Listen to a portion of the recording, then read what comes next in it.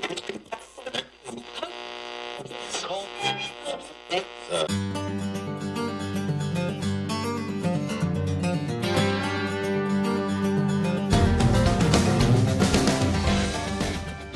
and gentlemen, welcome to this episode of the Stable Living Podcast. My name is Shane Jacob, your host, and I thank you for taking your time to be here with me today. Today's subject it's very personal to me. It's an uncomfortable talk about discomfort. It's an uncomfortable subject for most. I know it has been for me. I neglected it, tried to avoid it. I rejected it. And I spent a lot of time in my life trying to figure out how to manage what was going on inside my mind regarding acceptance and forgiveness. So usually when you think about forgiveness, you think about forgiving other people. Oh, I'm going to grant you forgiveness, right? You think about, like you might feel like it's your duty to forgive others. I want to focus and begin with ourselves because that's where it begins. And what I want to talk about is the way that we do or do not accept and forgive ourselves. Because it's such an important thing, because here's the deal. It is discomfort, and here's the thing about that. That's why we ignore it, okay? We say things like, it comes up and it's like, I don't want to think about that, and I don't want to talk about that. And we just leave it alone and it doesn't do anything. When we do that, it's still going on in our mind, okay? It's unresolved. The estimates are extremely high about how many, what percentage of people have unresolved shame that is causing a negative impact in your life. It's through the roof high, okay? And so if we don't have, here's the thing, our brains are designed to guide us 3 easy ways, right? Seek pleasure, avoid pain, and conserve energy. When we have a thought about something that we have done that creates discomfort, something that we have shame over, something we have guilt over, we immediately go to, don't want to think about it, don't want to talk about it. It's discomfort, move away, stay over here, stay safe, go do something else. And so we leave it alone. So unless we intentionally intervene, unless we take over with our prefrontal cortex, our thinking part of our brain, and take over and say, I'm going to go in and I'm going to think about this rather. Go in, maybe I'll describe it that way. Go into my mind and I'm going to observe what's going on with these thoughts, and I'm going to do something on purpose to resolve, move past, create shame, resilience, and so on. Because left alone, trust me on this, okay, you don't want to leave it alone. Left alone, it can be very devastating and destructive, harmful, painful, a lot of suffering involved here, okay? You might say that I am the poster child for unacceptance, lack of forgiveness, and for shame. And I'll tell you more about that in a second. So most of us are carrying around this weight, okay? The weight, what I mean by that is what we are making what we did mean, okay? So you did something. We've all done something, okay? Most of us have done numerous things. Some of us do things quite frequently that we are ashamed of, okay? We wish we didn't do it. We regret it. And we look at it, and the meaning that we make out of it is that we are somehow defective or deficient or wrong or damaged or incomplete or what's another word? That something's wrong with us because of what we have done, okay? So the weight, when I say the weight that it feels like weight, and the weight is because of what we made the thing mean. So here's what happened to me, okay? Now, my example is it's egregious, meaning it's pretty extreme. The thing that I did caused a lot of damaging and a lot of suffering. One of the things. I've done quite a few things that caused quite a bit of suffering to other people, a couple specifically. And those things were so damaging, so harmful, so much pain and suffering that I caused to other people, and I had no idea what to do with it other than believe that, in my case, some of it was unintentional, but regardless, I had been the cause of all this pain and suffering and loss. And so I made that mean that something's wrong with me, permanently defective. Okay. And as a result of that, what happened to me is that I went around for 20 years trying to prove that I was worth a damn, trying to work myself to death to prove that that I had value, and drink myself to death to escape the shame that I had. And a combination because of how I felt about me. Okay. And this was just happening in the background. This isn't something I set out to say, oh, I feel really bad about me. I think I'll go drink myself to death. That's not what I said.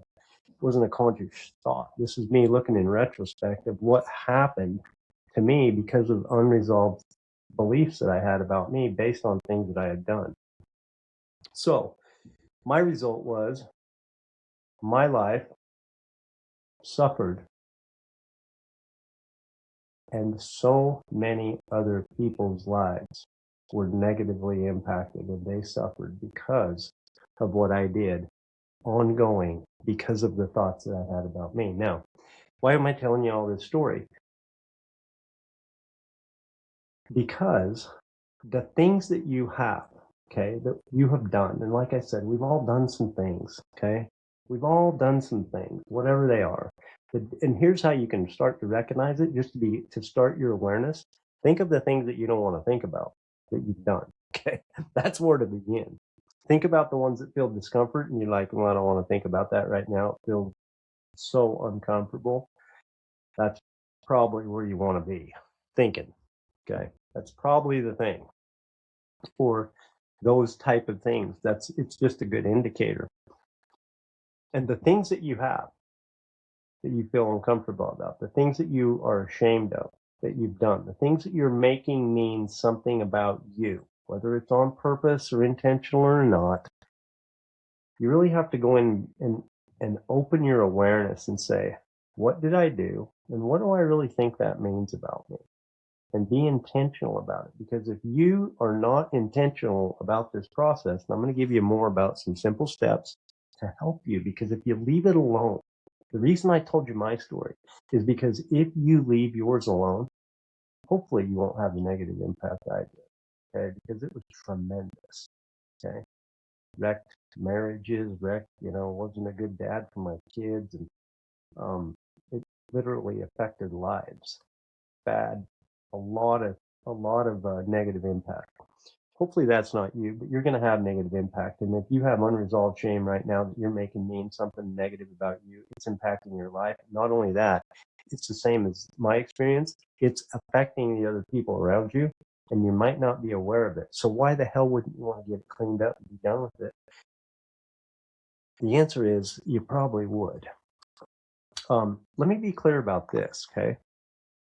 Acceptance of yourself and forgiveness of yourself and loving yourself has nothing to do with absolving things that you've done. Okay. It doesn't have to do with being irresponsible. It's not justifying. It doesn't make them right. The things that I've done so many things in my life that were not right. Okay. The fact that I changed what I made them mean about me has nothing to do with those things. Those things are not justified. They're not right. I don't want to do them again. It doesn't make them right. Okay. It doesn't absolve me from the responsibility, and it doesn't justify whatsoever any behavior. So let's just get that. We're separating ourselves from behavior. Okay. We're still responsible for behavior. Okay. We will still have consequences for the thing we do, no doubt. We just don't want to have further consequences negatively impacting our lives ongoing based on something that we made mean about something we did a long time ago, or that we did yesterday, or we did earlier today. It's just going to stay with us and have a negative impact on us for the rest of our lives unless we clean it up. Okay. So We all experience shame. Every human being will have a point in their lives. I believe it's part of the human condition where you'll do something that you'll regret, and if you're if you don't if you don't you will make it mean something negative about your value. Okay, you'll make it mean something's wrong with you in some way because of what you've done. Okay, so um, there's a large percentage of us that we refuse to let it go because we just can't figure out how to make it make sense. Some of us have thought about the things that feel bad, the things that we're ashamed of, the things that we regret, and we want to hold on to it because we think we need to suffer because we feel guilty, um, or we don't know how to make it make sense. Like, if it doesn't mean something's wrong with me because of what I did, if I did a thing that is against my values, okay, if my value is not to tell a blatant lie to somebody in a close relationship that I love, and I told a blatant lie to somebody in a close relationship with I love, what am I supposed to make that mean about me? Does that make me wrong? Me wrong? So we can't make sense about what it means. So our brain just says, hey, something's wrong with you.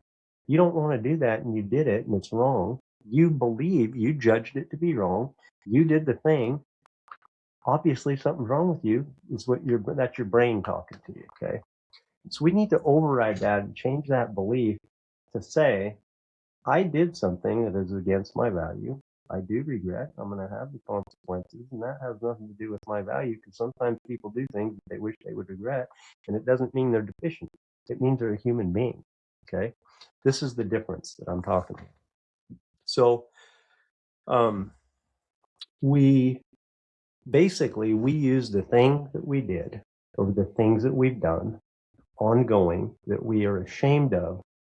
We use it to assess or to evaluate ourselves. We use it to assess our value without even deciding to on purpose. Okay. So we did this thing, and automatically it's a pre-programmed choice, not a conscious choice. It's a pre-programmed condition. It's a response, I'll call it, that we just have thoughts that something is wrong with us because we did this thing. We're deficient. We're broken. We are messed up. Okay. And those thoughts and those that we repeatedly think become our beliefs, and we operate through the lens of our beliefs. And then that's where the negative impact in our lives and the people around us come from. Okay. So back to my story, I wasn't having fun in my lifetime for quite a while. Drinking every day and pretty soon it was at times it was fun for a minute, but it kind of didn't take very long to get caught up with me to where it wasn't very fun anymore, and I wanted out. And but I didn't know how to get away from my shame. I didn't know how to escape. So um, I was reading books. I was trying to read every personal development, self-improvement book I could think of, and listen to tapes. Back in those days, I read and read and read. I'm very proud of my Audible library. I have tons of books in there that I've read for years and years. You know what most of them said? One thing that a lot of them had in common, most of them said to accept yourself, to love yourself. Okay. And I I don't know what the hell they're talking about. I couldn't, I couldn't get it. It seemed wrong. Can't you? You don't, that's fine for you because you haven't done what I've done. You can go ahead and love yourself and accept all of this and that and the other. The other thing it seemed like is that in order to accept myself, there's a great podcast I have. I'll think of the number maybe in a minute or not, but look it up. It's about acceptance, self acceptance. But I couldn't accept me because how could I accept me? It just seemed like I was giving up, rolling over, accepting failure, accepting defeat, accepting mediocrity. I hadn't evolved. I hadn't changed. I hadn't reached my goals. And after all the things I was done, how in the hell would it make sense to accept and forgive myself? Why? And if you've ever had similar thoughts of why would I, what don't I need to pay for this somehow? Isn't this justice that I get to have a diminished or destroyed life because of what we did? And again, I am not talking about uh, I'm not talking about restitution.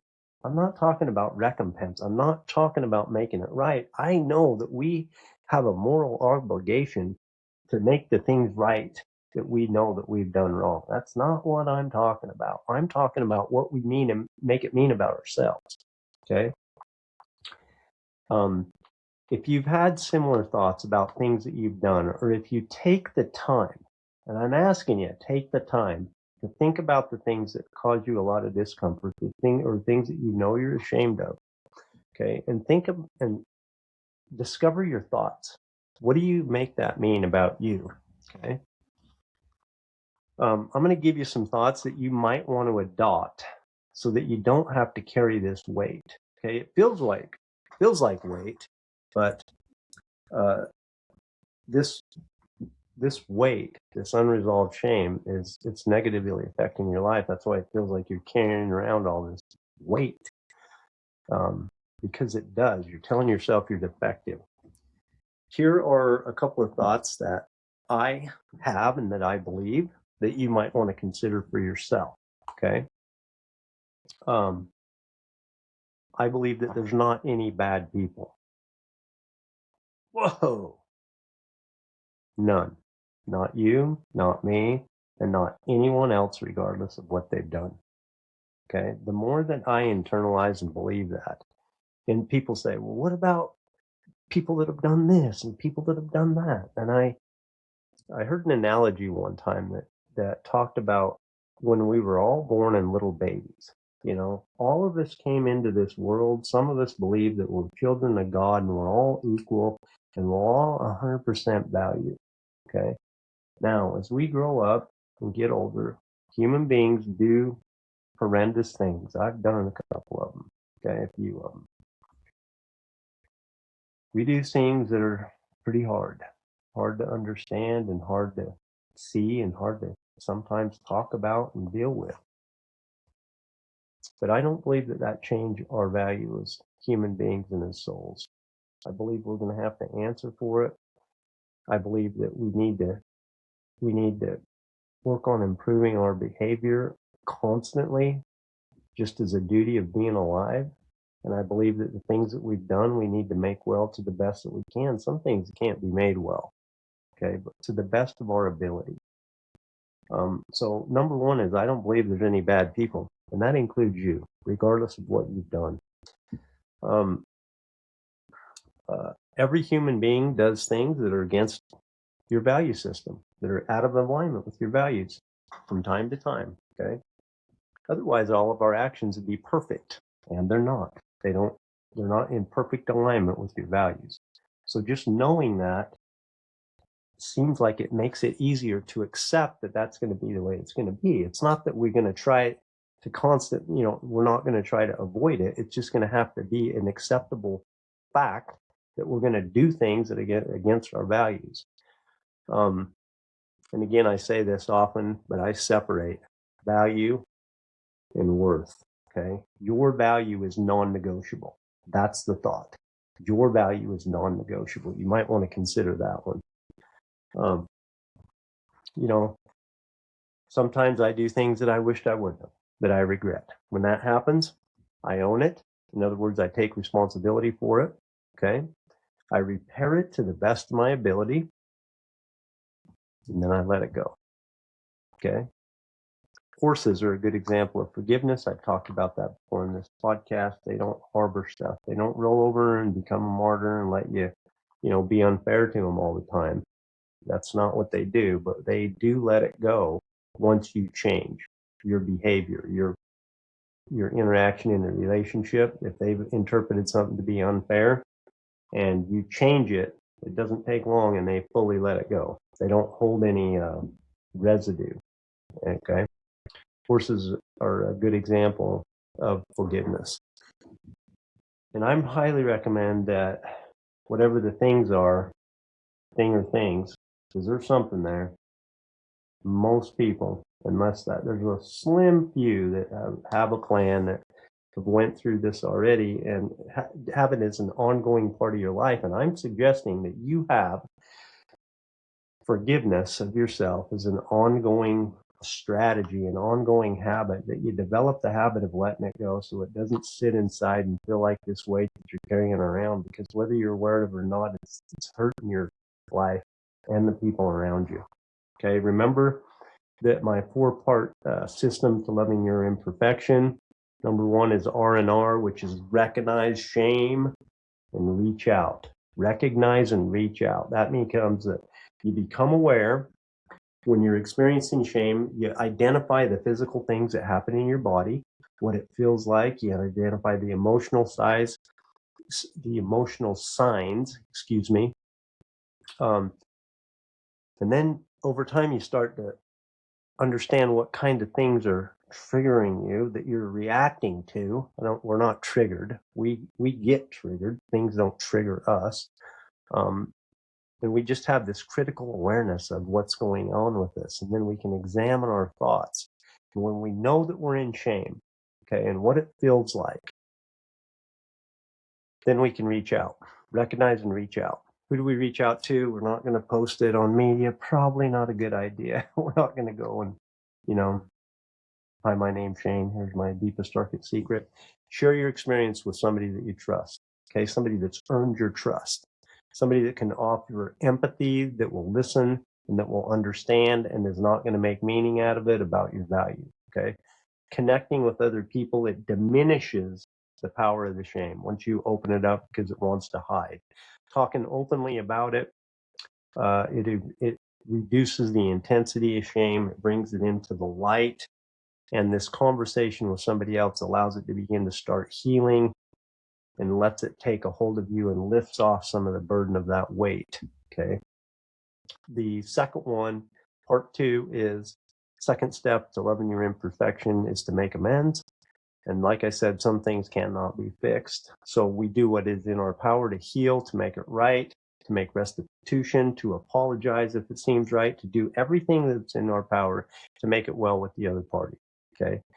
Step 3 is to choose the next time strategy, lay it out. Hey, if this happens again, here's what I'm going to do next time. And number 4, this is from Michelle, episode number 34 and episode 36, Ace Your Life with Michelle Maidenberg, her book, Ace Your Life. In that she talks about connecting the event to a core value. Okay, that's step 4, is you reframe it by connecting it to a core value. What does that mean? That means that you embrace the negative feeling, you feel it, and you connect it to your values. So what it means is that you're not a bad person. The reason that you did that is not because you're a bad person, not because something's wrong with you, not because you've got a terrible temper. What it means is that you're a human being and therefore you're imperfect. And the reason that you're doing these things is connected to a value that you have. For example, um, uh, um, I in the podcast, I tell a story about me kind of blowing up on the phone over a lady about a payroll issue. Okay. And she had me connect my value of wanting to pay my people on time, of clear communication, is one of the driving factors at the bottom of this thing that I'm blowing up over because I'm not getting the answer I want. Now, that doesn't justify it. Okay. But I connect it with a core value that I have so I can help my brain make sense about what's going on with me. So I can know and believe that it's not because I'm deficient or defective in some way. More on that in those 2 episodes. Again, that's 34 and 36. Is that right? 34 and 36, Ace Your Life, part 1 and part 2 with Dr. Michelle Maidenberg. Super good episodes. Um, uh, the point is of the connecting, is to find at least one positive value that is connected to why you acted the way that you did, or is connected to your disappointment over your reacting. Okay, so that you connect the value to the event. You reframe and repeat your awesomeness every time you think about it. You reframe it. So you reframe what happened, because if you're making meaning that says, because you did this, you're defective, it needs to be reframed. You need not to believe that, because it's going to end. It actually perpetuates more bad behavior. Okay. So you're going to have to trust me on this. Go through these 4 steps. Um, uh, you know, in my example, uh, of me blowing up on this phone call with this lady about the payroll that we talk about in the podcast, in the end, I call whoever I was not extremely polite with back on the phone, and I apologize and make it well to the best of my ability. And I end up by saying, I'm proud of myself for doing the best I could to make this thing well, because that's the kind of person I am. I go back and make amends and heal things best I can.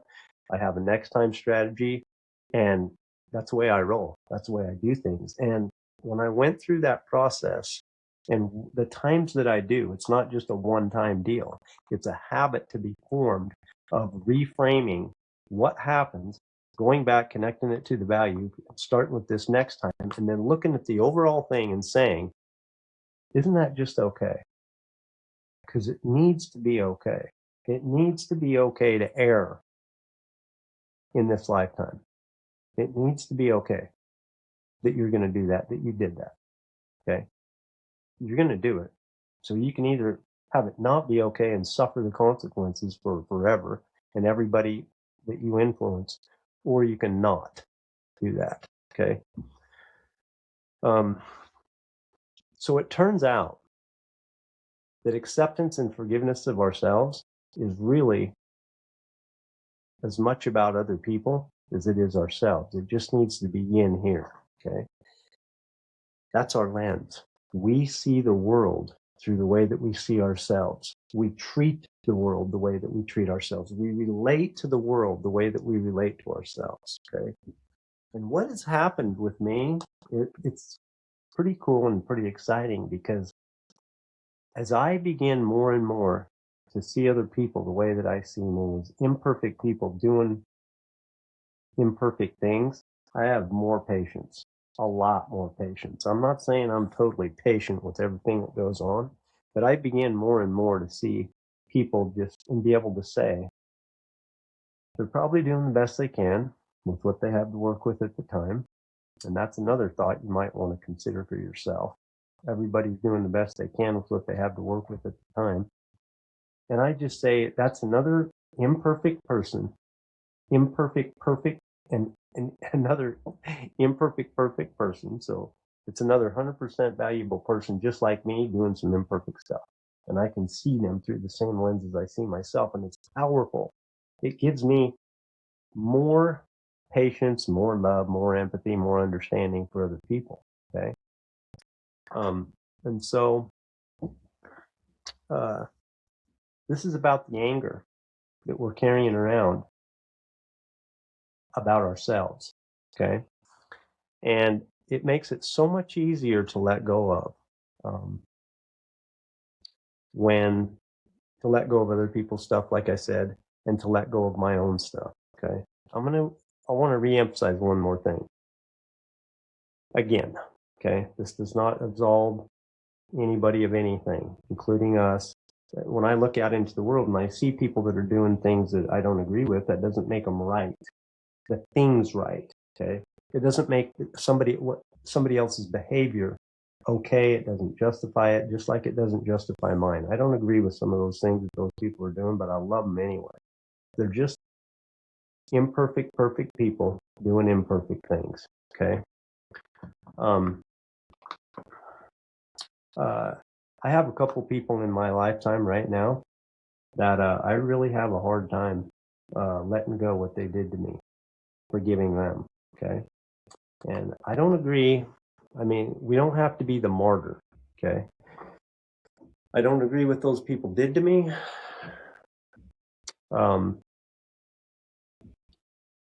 But I'm not going to be the martyr. But I'm gonna let it go to the best of my ability. I'm probably not going to be able to change I'm not going to be able to agree with what they did to me, but what I can do is I can change how I look at them. And that is what I'm working on always. And that's what I've done with these specific people. They did some stuff to me that had a pretty hard on me. Okay. Pretty hard to handle. But I can still look at those people and say, you know what? They're just doing the best that they can with what they had to work with at the time. And I believe that. And I can look at them and I can know that they're 100% valuable just like I am. And I don't have to like anything about what they're doing. And I don't. It gives me more peace of mind. Okay. On top of everything else, just to change my perspective of how I view people in this world, beginning with me, my friends, and beginning with you. Okay. Acceptance and forgiveness of everyone else begins with yourself.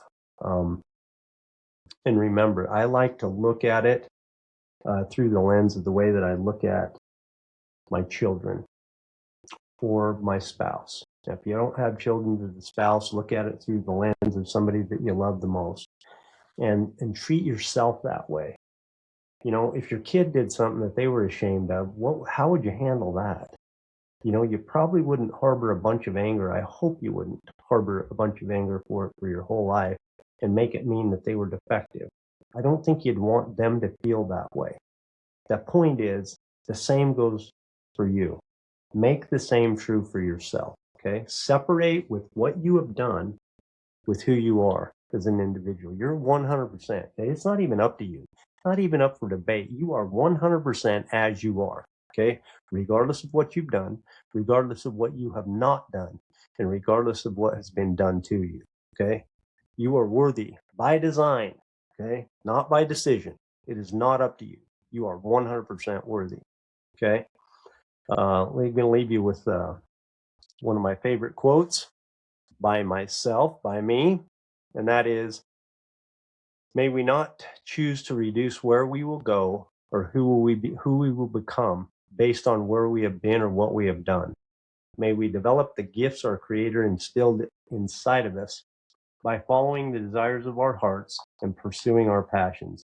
We are not products of our past alone, but with divine assistance, creators of our magnificent futures. We are destined for greatness. Thanks for being with me. See you next time.